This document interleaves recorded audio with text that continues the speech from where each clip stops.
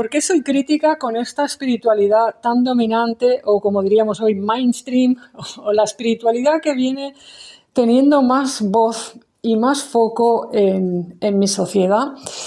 Y que cuando hablamos de asuntos de hogar, asuntos de casa, asuntos territoriales, es decir, hablamos del impulso, el instinto que todos tenemos de tener un lugar donde reposar, un lugar donde descansar, un lugar que podamos sentir espacio seguro. Porque la espiritualidad, digamos, como digo, dominante, viene criticando esto y viene ensalzando todo lo que es la trascendencia, ¿no? Es decir, no te apegues a los lugares, no te apegues a la necesidad de tener una casa, de tener un lugar donde descansar. Tienes que trascender eso porque el ser humano, te dicen, es un ser espiritual, en realidad no pertenece a este mundo, estamos aquí de paso, por lo tanto, ¿qué haces tú apegándote a una casa?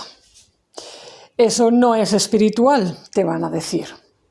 De hecho, muchas veces en el ámbito cristiano se cita la frase de Jesús de el Hijo del Hombre no tiene un lugar donde reposar su cabeza. Las raposas tienen refugio, las aves tienen nido, pero el Hijo del Hombre no tiene donde reposar su cabeza.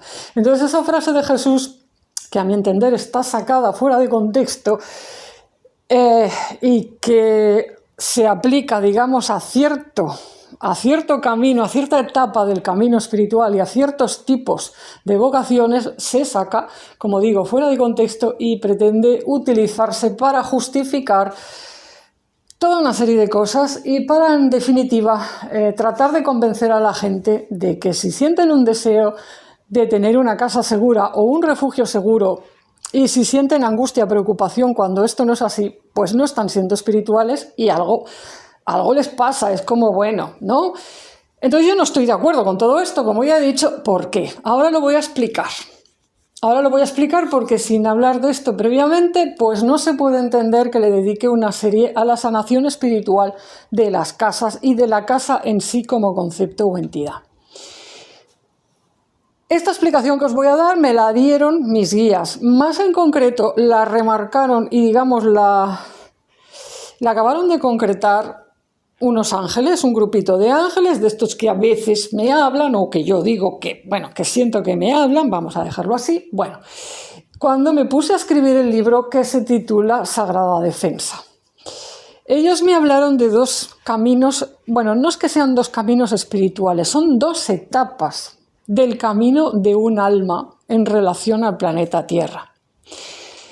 Todas las almas, digamos, como entidades espirituales, se acercan al planeta o se acercan a la dimensión Tierra, a la dimensión física, con el fin de encarnarse y de arraigar aquí de alguna manera, y como pues comparables con las semillas que se entierran y luego pues dan lugar a una planta y dan lugar a frutos. Bueno, pues las almas igual, las almas necesitan llegar a tierra, llegar al cuerpo físico y ahí pues desarrollar su potencial o sus potenciales y dejar pues unos frutos en la vida, ¿no? Entonces hay una fase del camino de todas las almas que es la fase que busca encarnar. Entonces, luego hay otra fase que a partir de determinado momento el alma empieza, vamos a decir, un impulso en sentido inverso, en el sentido de la desencarnación. Es decir, llega un momento que el alma ya ha tenido aquí una experiencia, y dependiendo, claro, pues de los planes de cada alma, de su vida, etc. Pero llega un momento que el alma siente el impulso contrario, el impulso, digamos, de relativizar lo físico, de regresar, digamos, al mundo etéreo o de recordar esa realidad e incluso pues el impulso de desencarnarse, de tender hacia la salida del cuerpo otra vez. Entonces, bueno, sobre esto se podría escribir mucho y se podría hablar mucho porque no es que sean dos etapas que digamos, por ejemplo, que duran de los 0 años a los 40 y a partir de los 40 ya todo es desencarnarse. No es tan sencillo, no. Es más, son etapas como inspirar y expirar. Es decir, la encarnación, la fase, digamos, el impulso hacia la encarnación es como inspirar, ¿no? Metes aire. inspiras. Entonces, eso necesita entrar en tu cuerpo y realizar allí una serie de procesos y luego pues hay un impulso hacia expirar, salir. Y eso lo estás viviendo todos los días de tu vida. Lo que pasa es que, fíjate bien, hay un momento cuando nace un bebé que es como esa gran inspiración después del parto, que el bebé se llena de aire en los pulmones y esa es su primera inspiración y eso tiene un paralelismo muy fuerte con lo que es el movimiento de encarnación del alma.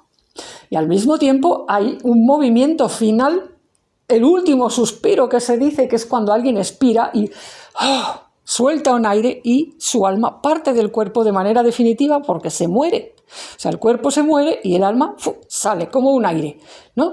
Entonces, bueno, con el proceso de encarnación y desencarnación del alma sucede similar.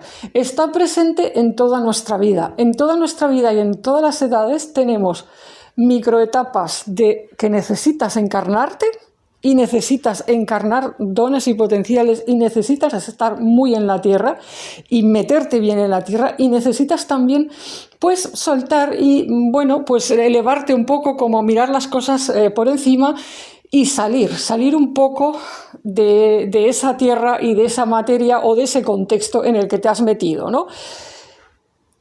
Lo que pasa es que esto pues, se vive en diferentes grados dependiendo de cómo es la vida de cada persona, de sus circunstancias, de sus necesidades, etcétera, etcétera. Y luego pues hay etapas que son realmente muy fuertes y muy marcadas y que son, vamos a decir, más o menos universales para todo el mundo. Y es la primera etapa de la vida, coincidiendo con el posparto y sobre todo con la infancia, se necesita encarnar.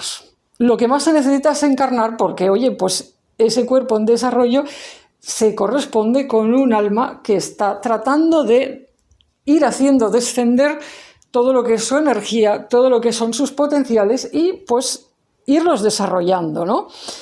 Y luego hay una etapa en la vida final que tiende mucho más a la desencarnación en general en todas las personas, que es a partir de determinada edad o también pues hay personas que no es que se hayan hecho mayores, pero a lo mejor pues su alma tiene una agenda de ruta que se va a morir a los 40 y sucede en la vida de muchas personas, yo lo he observado más de una vez, que el alma se empieza a preparar para la muerte antes de que el yo lo sepa. O sea, el alma muchas veces está avisada de que se le acerca la muerte y entonces en la vida de esa persona se empieza a reflejar un impulso, un instinto desencarnativo, un instinto de soltar las cosas físicas, de soltar pues lo que ha estado sujetando de la materia física y que lo ha venido necesitando para estar encarnado y para desarrollar sus cosas, pero lo va soltando porque sabe que se acerca a la muerte.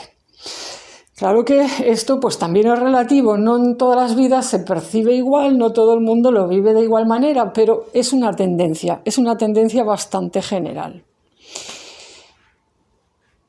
Incluso a veces pues te encuentras con noticias, a mí me llama mucho la atención, ¿no?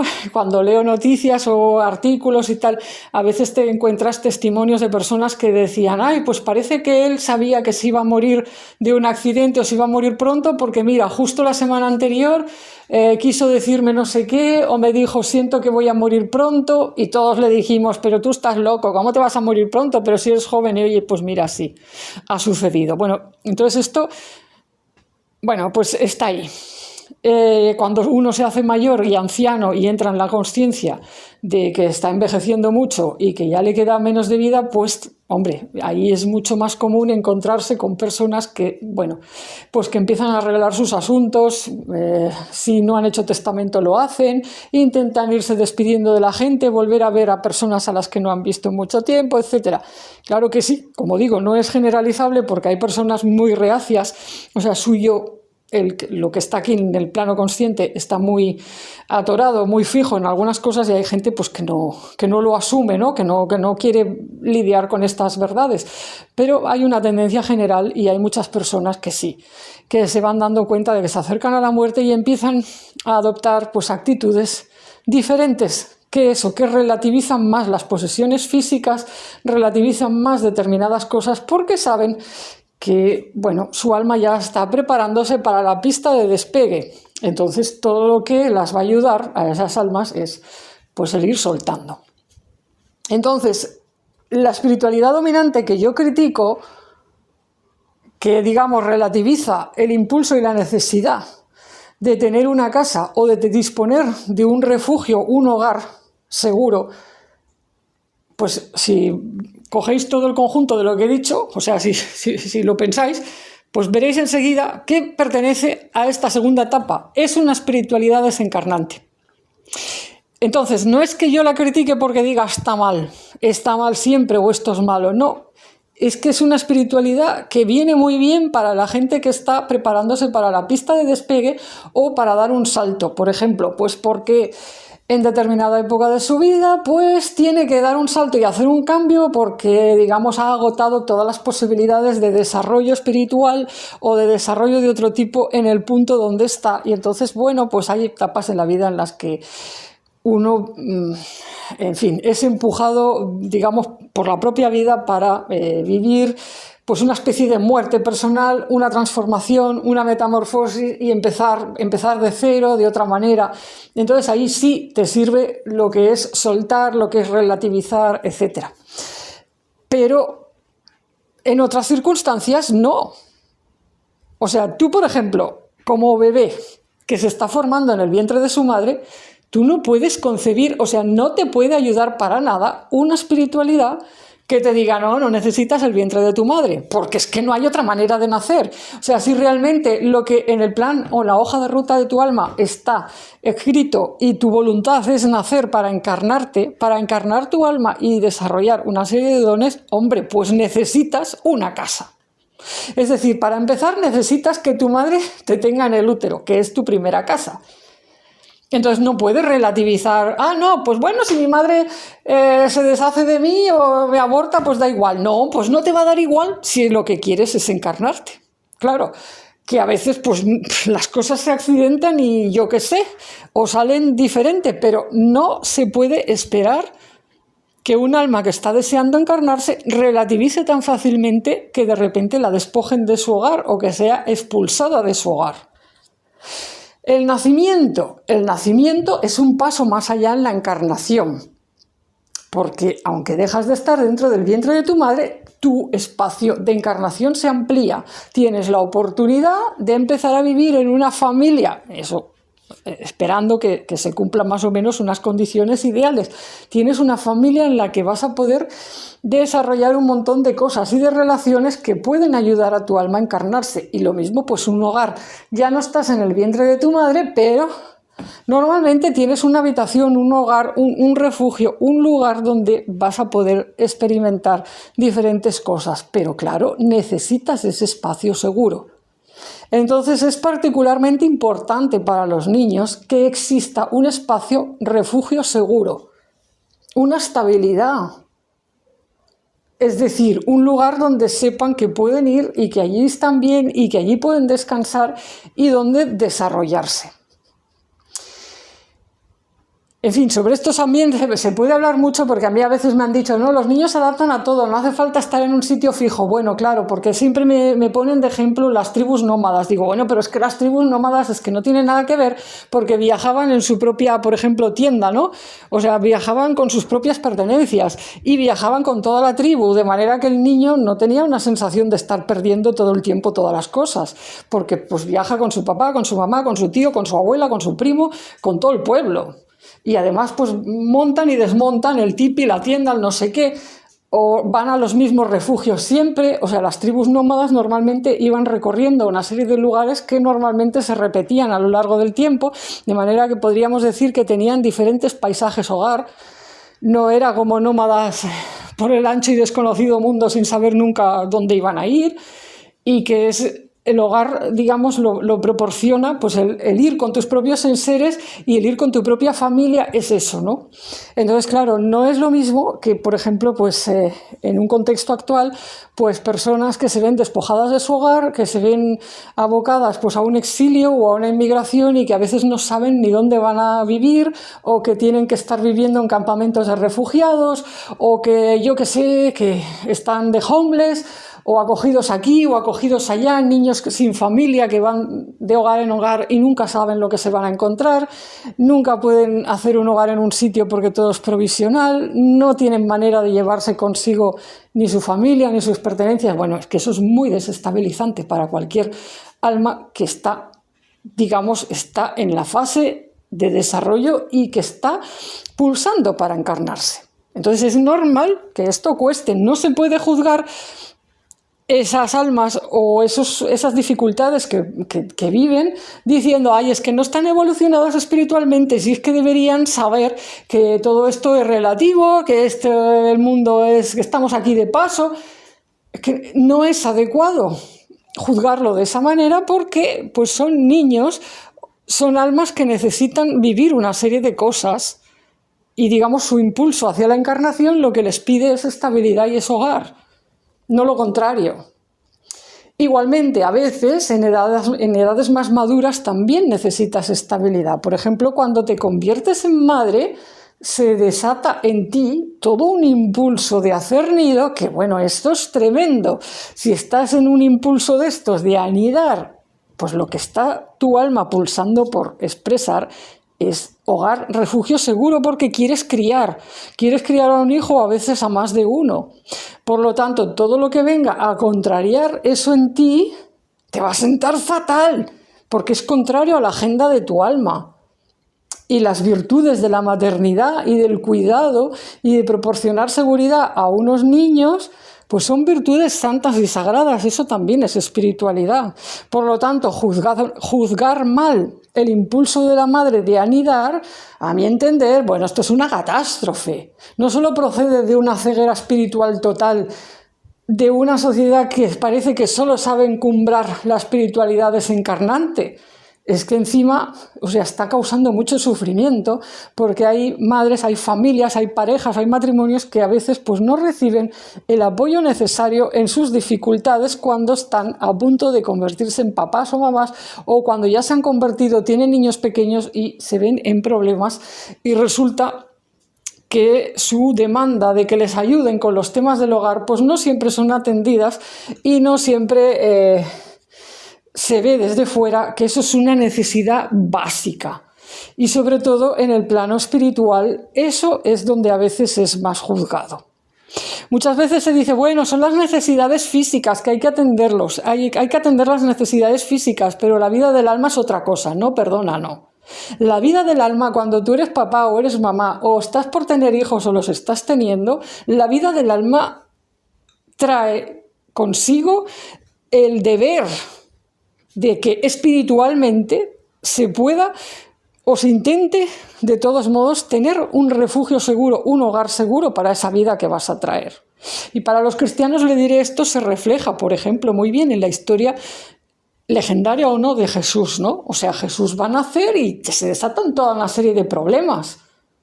Entonces, pues es que no hubiera ni siquiera pasado de nacer, sino coge José y dice, ay, que he tenido un sueño, los ángeles me han dicho que mejor que nos vayamos porque va a haber una matanza de inocentes y tal. Bueno, pues mira tú qué espiritualidad más profunda, o sea, a ver quién viene a cuestionar el tema de José. José, los ángeles le avisan, ¿por qué? Porque es súper espiritual que un padre se preocupe de la seguridad de su esposa y de su hijo.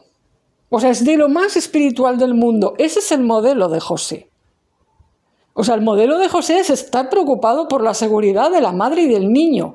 Lo mismo, pues el modelo de la madre es darle a ese niño, pues la crianza, los brazos, todo lo que necesita. Entonces, claro que es importante. O sea, no es, ay, hay que atender las cosas físicas, pero la vida del alma es otra cosa. No, no, la vida del alma es esto. Y de hecho, la vida del alma de Jesús era pro-encarnación durante muchos años de su vida. Y por eso, pues en los evangelios se dicen que hasta entradas ya, o sea, ciertas edades, más allá de los 12 años todavía, el niño Jesús, ¿qué se dice de él? Bueno, sí, una vez se les escapó para ir al templo y tal, pero en general estaba sujeto a su padre y a su madre, estaba viviendo con ellos, no estaba por ahí a lo loco y de aventura, relativizando y diciendo, no hay que comer, o el mundo es, yo que sé, una representación pasajera y no tiene importancia lo físico. No, él estaba completamente inmerso en la vida del hogar, sujeto a su padre y a su madre. ¿Por qué? Porque tenía que pasar por todo eso para estar encarnado, para ir encarnando su alma. Y esto es lo que se necesita en general para cualquier niño o niña que crezca. O sea, se necesita una estabilidad, idealmente, claro. Si no puede ser del padre y de la madre, pues porque hoy en día ya sabemos que esto es muy complicado. Bueno, en fin, no me voy a meter a hablar de temas de pareja, pero por lo menos una mínima unidad familiar, una mínima estabilidad. Y claro que sí, que esto es vida espiritual. O sea, yo es que a veces me siento incluso abrumada del peso enorme que tiene en mi sociedad toda la espiritualidad desencarnante, todo el discurso de que esto que es el plano, todo esto es una, como dicen, en fin, que no es real, vamos, que no es real y que no tiene importancia, que la vida espiritual es salir del cuerpo y no sé qué, prácticas para salir del cuerpo, no sé qué. Mis guías muchas veces me decían, al principio de mi camino, para romperme ese esquema, me decían, pero ¿qué salir del cuerpo ni qué salir del cuerpo? Lo que hay que hacer es entrar en el cuerpo. Si es que la mayor parte de la gente ni siquiera se ha encarnado del todo, si están como medio despegados. Y si no te encarnas del todo, ¿cómo te vas a desencarnar bien? No puedes, porque no has realizado la tarea de tu alma más importante y más crucial, que tiene que ver con encarnarse. Primero te encarnas y ya luego te brotan los frutos. El encarnarse es como la semilla que se entierra. Cuando está bien enterrada, brota. Cuando está bien enraizada, se va desarrollando. Si una semilla, va dando lugar a la planta que tiene que ser, y esa planta madura y crece, de repente le salen manzanas o le salen melocotones. Y entonces ahí se realiza, porque esa planta ya está dando su particularidad, su don al mundo. Y dices, era un melocotonero, ahora lo veo, porque ves los frutos y eso te saca de dudas. Es como una revelación, a esa planta le han brotado melocotones o le han brotado manzanas y dices, es esto. Y luego hasta puedes probar esos frutos y dices, ¡ay, qué rico está esto! Pero mira, es diferente la manzana que el melocotón o que la almendra, ¿no? Pues así son las almas y así estamos muchos. O sea, el kit de la cuestión es encarnarse primero. Te vas encarnando y con el tiempo das frutos espirituales. El tiempo puede significar mucho tiempo, dependiendo de la vida de la persona, de su contingencia, de sus azares, de sus dones, de sus potenciales. Puede tardar muchos años en empezar a dar frutos. Puede incluso, pasar de los 40 o pasar de los 50, depende. Hay almas que no, que van más rápido, son como estas plantas de crecimiento rápido que, que el primer año ya están dando frutos. Pero no hay que juzgarse. O sea, la cosa es persistir en encarnarse. Persistir en encarnarse y luego pues la cosa se va desarrollando y los frutos te brotan. Y entonces es cuando eso se revela, de algún modo se revelan tus potenciales a los demás y dices, pues es esto. Pero claro, para encarnarse se necesita una mínima seguridad y se necesita tener hogar, se necesita tener casa.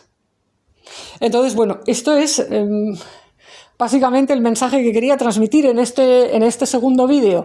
Es decir, la bondad y la necesidad espiritual de tener casa tiene que ver con encarnarse como almas. Toda alma que quiere encarnarse en este plano necesita hogar. Es así. Entonces, bueno, asociar casa con encarnación nos puede servir para reflexionar qué casa necesitamos o no en nuestro momento de vida. O sea, cuando tú, yo ahora tengo 54 años, tengo un conflicto en relación con la vivienda donde vengo viviendo desde hace 11 años, ¿vale?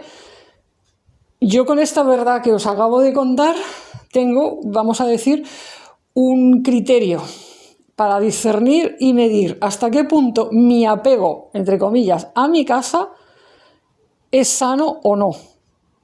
¿Por qué? Porque puedo preguntarme, ¿favorece y beneficia a mi alma conservar mi vivienda, luchar por seguir teniendo mi vivienda, por seguir teniendo esa seguridad, por seguir viviendo donde vivimos mi hijo y yo?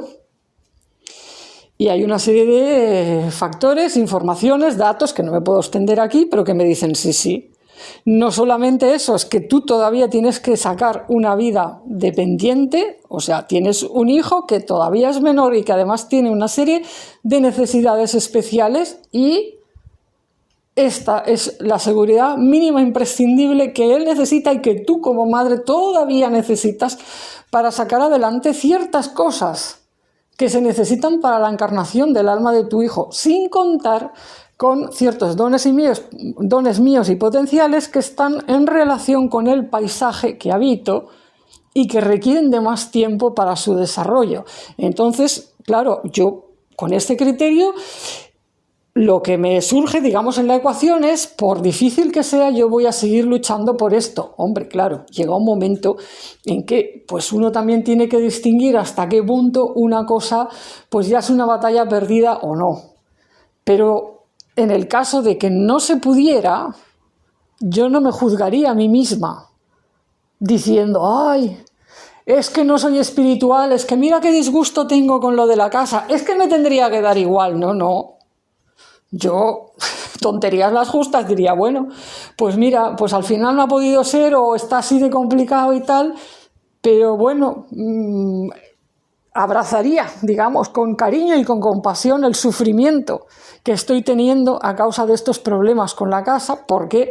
Porque yo como madre y además con el compromiso, digamos, con la naturaleza del lugar en el que vivo, con mis propios vecinos, etcétera, etcétera, decir, bueno, pues yo con todo esto es normal que me cause dolor y quebranto, la angustia o la incertidumbre, el pensar que, pues que, oye, que te quieren echar de tu casa, ¿no?